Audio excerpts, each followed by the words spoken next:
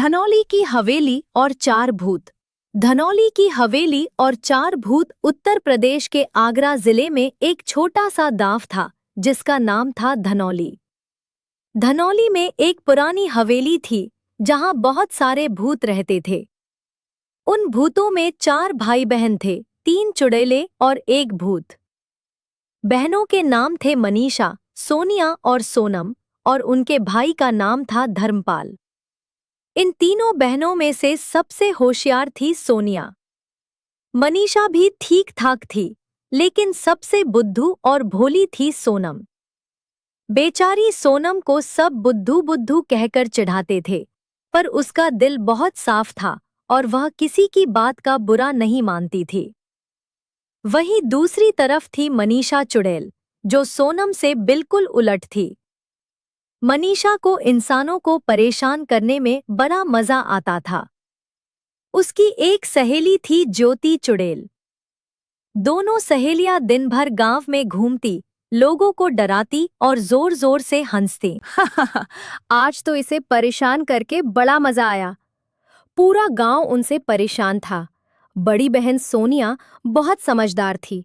वह किसी को परेशान नहीं करती थी और लोगों की मदद करती थी। गांव वाले कहते, एक तरफ यह सोनिया है और दूसरी तरफ वह मनीषा। इनका भाई था धर्मपाल, जिसे सब लल्लू भूत कहते थे। लल्लू भूत बहुत ही मूर्ख और आलसी था। वो दिन भर सोता रहता या फिर फोन चलाता। उसका एक यूट्यूब चैनल था, SSMD स्टोरीज। वो बहुत मेहनत करता था, पर सब्सक्राइबर्स न बढ़ने की वजह से दुखी रहता था।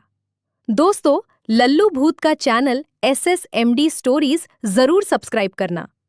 एक दिन मनीषा और ज्योति गांव की एक होनहार बच्ची सलोनी को डराने पहुंची, पर सलोनी डरी नहीं और वहां से भाग गई। तभी गांव के एक साधु जी ने अपनी मंत्र शक्तियों से मनीषा और ज्योति को पकड़ लिया। सोनिया चुड़ैल अपनी बहन को बचाने पहुंची और साधु जी से विनती की। साधु जी ने एक शर्त रखी, अगर तुम मेरी एक पहेली का सही जवाब दोगी तो ही मैं इसे छोड़ूंगा। साधु जी की पहेली थी, मैं हमेशा आगे की ओर बढ़ता हूं, लेकिन कभी लौट कर नहीं आता। मैं क्या हूं?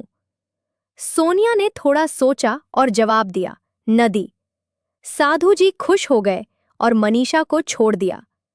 उस दिन के बाद मनीषा चुड़ैल सुधर गई और उसने फिर कभी किसी को परेशान नहीं किया।